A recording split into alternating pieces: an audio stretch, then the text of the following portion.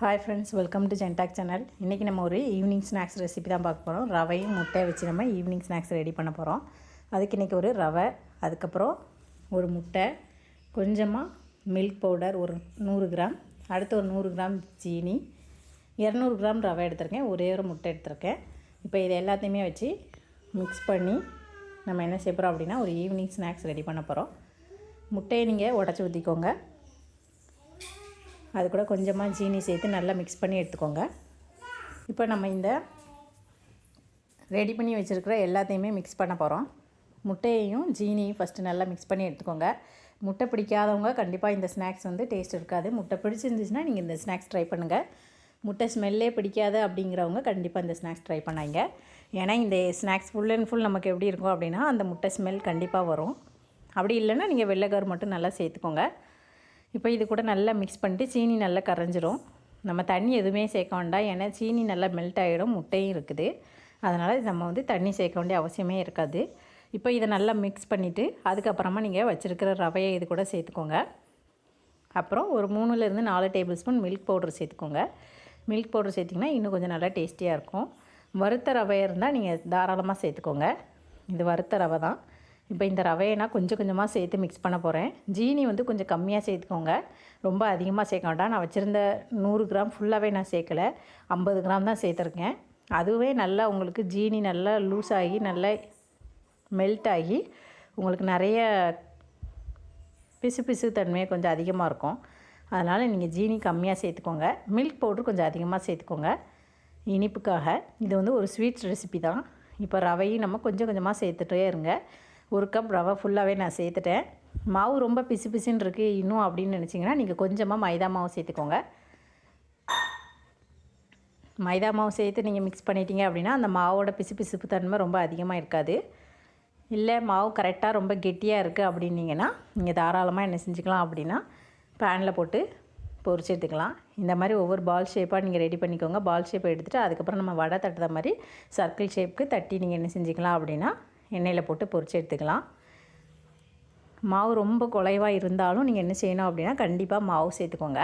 அதே மாதிரி நீங்கள் இதை எடுத்து எண்ணெயில் பொரிக்கப்போ பிரிஞ்சு வருது அப்படின்னா மைதா மாவு கண்டிப்பாக சேர்த்துக்கோங்க. நீங்கள் கரெக்டான பேட்டர் ரெடி பண்ணியிருந்தீங்கன்னா மாவு பிரியாது, இல்லைன்னா மாவு பிரிய தான் செய்யும். நான் இப்போ இந்த மாதிரி சர்க்கிள் ஷேப்புக்கு உருட்டி எடுத்துகிட்டு இது எல்லாத்தையும் என்ன செய்ய போகிறேன் அப்படின்னா வடை தட்டுற மாதிரி தட்டி எடுக்க போகிறேன். தட்டி எடுத்துகிட்டு எண்ணெயில் போட்டு பொரிச்சு எடுக்க போகிறோம். ரவை சேர்த்துருக்கிறதுனால எண்ணெயில் போடுறப்ப ரொம்ப சீக்கிரத்திலே கலர் மாறிடும், ரவை சீக்கிரம் வெந்துடும். அதனால் நீங்கள் என்ன செய்யலாம் அப்படின்னா குழிப்பணியாரத்துலேயும் நீங்கள் இதை மாதிரி போட்டு எடுத்துக்கலாம். நான் இப்போ இது எல்லாத்தையுமே ரவுண்ட் ஷேப்பாக தட்டி எடுத்துக்கிட்டேன். அதுக்கப்புறம் உங்களுக்கு எதாவது ஷேப் வேணும்னா நீங்கள் மேலே ஒரு போர்க்கை வச்சு நீங்கள் என்ன செஞ்சுக்கலாம் அப்படின்னா குத்தி விட்டுக்கலாம். இல்லை இப்படியே நீங்கள் பொரிச்சு எடுத்தாலும் பிரச்சனை இல்லை. இந்த மாதிரி குத்தி விடுதோம் அப்படின்னா அந்த கலர் கொஞ்சம் சேஞ்ச் ஆகும். அதுக்காக தான் ஃபுல் அண்ட் ஃபுல் ப்ரௌனாக இல்லாமல் கொஞ்சம் ஒயிட்டாக தெரியும். அதுக்காக தான் இந்த மாதிரி குத்தி விட்டுக்கணும். மற்றபடி ஒரு ஷேப்பு டெக்கரேஷன் மாதிரி அந்த மாதிரி எதுவுமே நமக்கு கிடைக்காது. இப்போ எண்ணெய் சூடானதும் போட்டாச்சு, ரொம்ப கலர் மாறிடும் சீக்கிரத்துலேயே. அதனால் நீங்கள் என்ன செஞ்சுருங்க அப்படின்னா உடனே திருப்பிடுங்க. நல்ல கோல்டன் ப்ரௌன் வரையும் நீங்கள் என்ன செஞ்சுக்கலாம் அப்படின்னா அடுப்பை ஆஃப் பண்ணிக்கலாம்.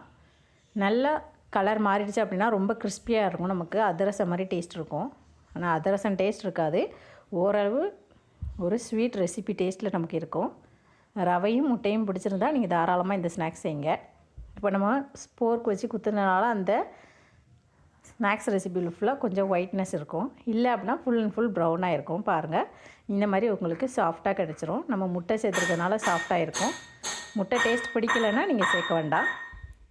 இந்த மாதிரி லைட் கோல்டன் ப்ரௌன் வரையுமே நீங்கள் என்ன செஞ்சுக்கலாம் அப்படின்னா திருப்பி போட்டுக்கலாம். நல்லா வெந்துடும். ரவை சீக்கிரமாகவே உங்களுக்கு என்ன செஞ்சிடும் அப்படின்னா கலர் மாறிடும். அதனால் நீங்கள் இந்த மாதிரி ட்ரை பண்ணி பாருங்கள்.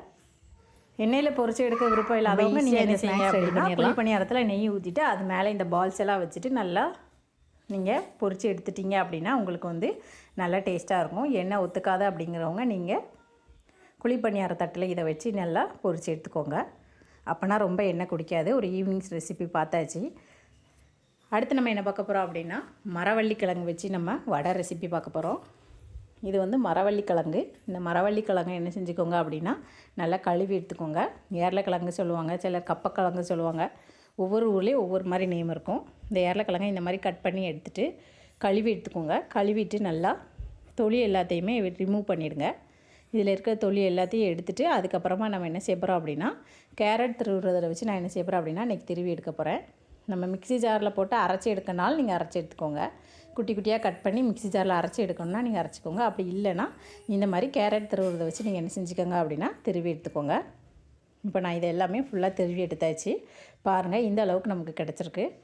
இப்போ இதை என்ன செய்ய போகிறேன் அப்படின்னா மிக்ஸி ஜாரில் போட்டு அரைச்சி எடுக்க போகிறேன். அதுக்கு ஒரு 200 கிராம் பட்டாணி பருப்பு ஊற வச்சுருக்கேன். கடலை பருப்பில் நம்ம செஞ்சோம்னா டேஸ்ட் இருக்காது, அது போக ரொம்ப வாய்வு. ஆனால் நல்ல வடை டேஸ்ட்டாக கிறிஸ்பியாக வரணும்னா நீங்கள் கண்டிப்பாக பட்டாணி பருப்பு யூஸ் பண்ணுங்கள். நான் இன்றைக்கி பட்டாணி பருப்பு ஒரு 2 மணி நேரம் ஊற வச்சு எடுத்துருக்கேன். இப்போ நம்ம ஏற்கனவே திருகி எடுத்த மரவள்ளிக்கிழங்கை மிக்ஸி ஜாரில் சேர்த்துக்கோங்க. அது கூடவே நான் என்ன சேர்க்க போகிறேன் அப்படின்னா வேக வச்சு சேர்க்கலை, இது பட்டாணி பருப்பு அப்படியே சேர்த்தாச்சு. சிலர் வேக வச்சு சேர்ப்பாங்க, ஆனால் நம்ம வந்து ஊற வச்சு அப்படியே சேர்த்தா தான் நல்லா டேஸ்டியாக இருக்கும். இப்போ இந்த பட்டாணி பருப்பு நல்லா ஊற வச்சு சேர்த்துருக்கோம் நம்ம. இதை இப்போ மிக்ஸி ஜாரில் போட்டு தண்ணி ஊற்றாமல் அரைச்சி எடுத்துக்கோங்க.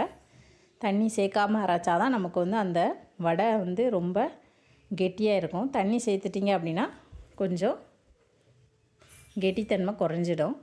இப்போ நான் என்ன செய்யப்படுறேன்னா கொஞ்சம் பருப்பு வந்து அப்படியே வச்சுருக்கிறேன். அப்புறம் கட் பண்ணி வச்சுருக்கிற வெங்காயம் சேர்த்துருக்கேன். 2 வெங்காயம் சேர்த்துருக்கேன். இதை நல்லா மிக்ஸ் பண்ணிக்கோங்க.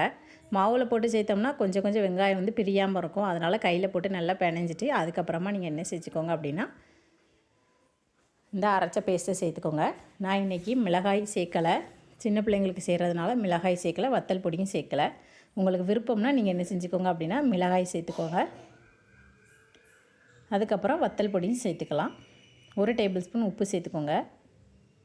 அடுத்து 1 டேபிள் ஸ்பூன் ஜீரகம்,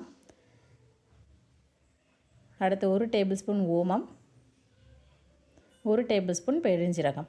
இந்த 3 கண்டிப்பாக சேருங்க. அப்போ தான் அந்த வடைக்கு வந்து நல்ல டேஸ்ட்னஸ் கொடுக்கும். மிளகு பிடிக்கும்னா லைட்டாக நீங்கள் சேர்த்துக்கலாம். காரம் எதுவுமே இல்லாமல் தான் நான் இன்றைக்கி செய்ய போகிறேன். கருவேப்பிலை கூட சேர்க்கலை. சின்ன பிள்ளைங்க கருவேப்பிலை மிளகாய் இருந்தால் உடனே வெளில எடுத்துருவாங்க, அதை ஸ்நாக்ஸே சாப்பிட மாட்டாங்க. அதனால் இன்றைக்கி எதுவுமே நான் சேர்க்கலை. கருவேப்பிலும் மிளகாயும் நீங்கள் சேர்த்துக்கோங்க. இதை இப்போ நல்லா மிக்ஸ் பண்ணி, தண்ணி எதுவுமே சேர்க்கக்கூடாது, நம்ம அரைச்ச பேஸ்ட்டிலே அப்படியே தான் இருக்குது.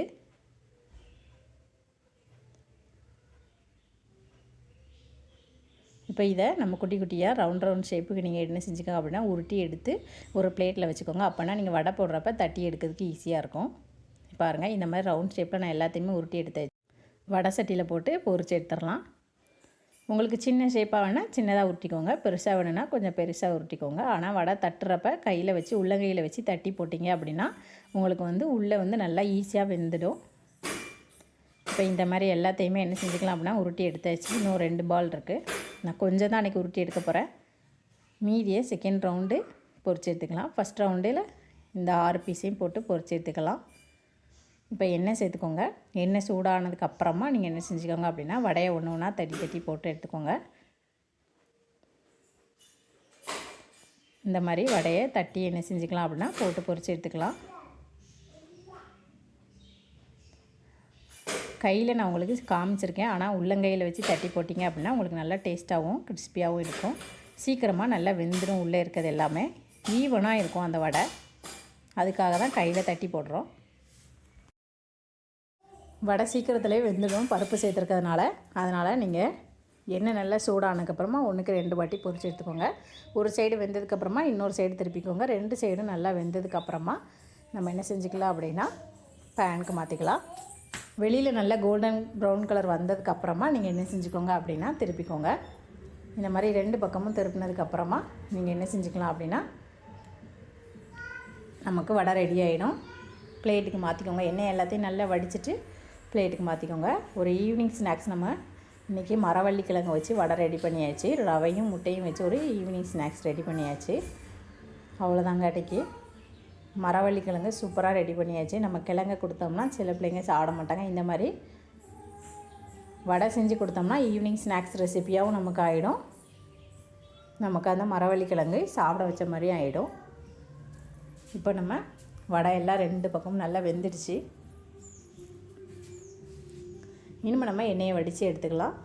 பாருங்கள், இந்த அளவுக்கு நல்லா கோல்டன் ப்ரௌன் வந்ததுக்கப்புறமா நீங்கள் பிளேட்டுக்கு மாற்றிக்கோங்க.